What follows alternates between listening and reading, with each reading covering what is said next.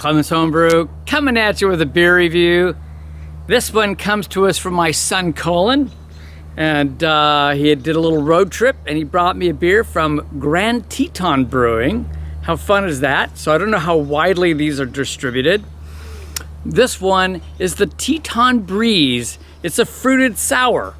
Teton Brewing has been around since 1988, so they've been around for a little while. And this one is 4.7% ABV. It's what they call a fruited sour, as it says on the label. It's made with strawberries. They also named the malts, which is kind of cool. They use 2-row, Spelt, Dextra, so sugars, and crystal wheat 3L, which I'm not even familiar with that one. So this should be interesting. I'm not a huge sour fan. I don't ever claim to be a big one, but they're fun. And this is because it's a light beer. I'm hoping that this will be very enjoyable. The boys, as I'm getting this opened, my son went with his 3 boys. They went to on a road trip to see the largest ball of twine in Minnesota. That's right.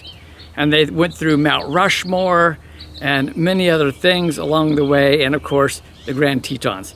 Well, this is bubbled quite a bit, and you can smell it already. I'm going to try to get a nose through that head.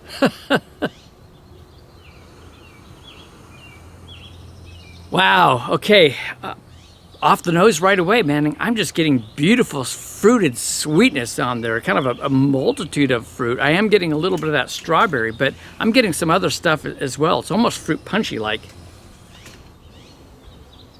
All right, the nose faded pretty quick actually, but now I'm getting more of the malt character coming through. I get a little bit of that wheat characteristic, but I'm getting some other things too that I can't exactly identify, which is kind of fun.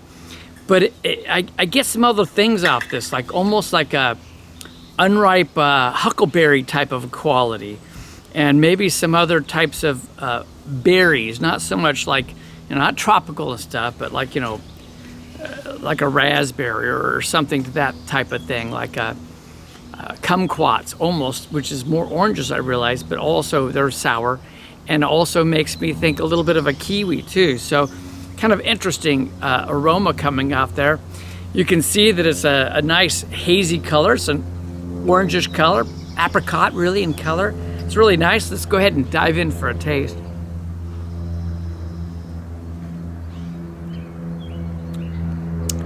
It's a sour. Make no mistake. It's kind of nice. It's very light.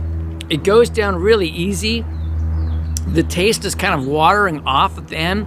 A little bit of that sour kind of lingers behind, but it almost goes to that kind of water base as I often describe it. There's no bitterness hanging, and I imagine the bitterness is very low. I'm gonna go in for another taste here.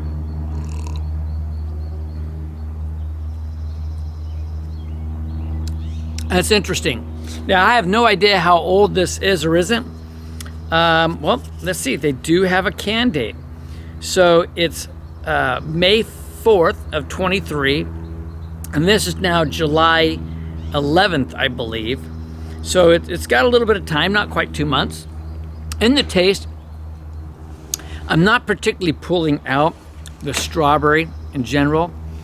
I'm getting more of a general tart, fruity flavor. And it makes me think, as I said earlier, maybe like unripe huckleberries, unripe raspberries. Again, almost that a soured kiwi type of taste too, because that's like a multitude of flavors, or star fruit kind of thing, right? I definitely get that wheat quality on it. I'm sure that the Dextra was to add a little bit of sweetness, and maybe boost up the alcohol. I have no idea, but at 4.6, I don't think that they're 4.7. I don't think they're really boosting the alcohol much. It has a real light feel to it. Interestingly enough, even though it has a light feel, the mouthfeel is someplace between a light to a medium, almost more of a medium body, which surprises me, and yet it still comes off feeling kind of light overall. It's very easy drinking for a sour. And it's a semi-dry mouthfeel, which is nice, so it invites you to take another sip, which is always fun. I'll be back with some more notes.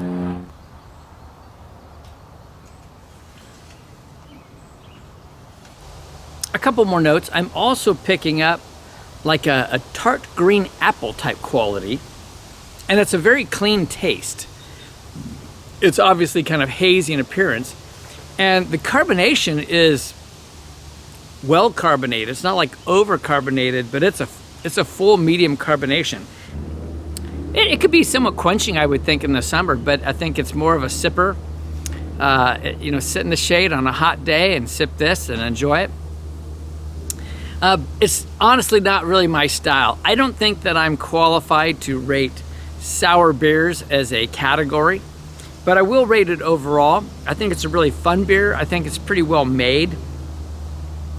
I'm gonna give it an 87. It's just above that plain B. It's very well made. If you like sours though, and you like summer sours, this would really probably hit it for you. It would be very, very good. Visit your national park. So here it is again. It is the Teton Breeze. It's a fruited sour from Teton Brewing out of Victor, Idaho. I'd say if you like sours and any other beers, they do make a number of beers. I'd say check them out. It'd be a fun place to go, I'm sure. I would love to go there. This is Kevin at Clem's Homebrew saying life's too short to drink cheap beer, and I'll see you on the next beer review.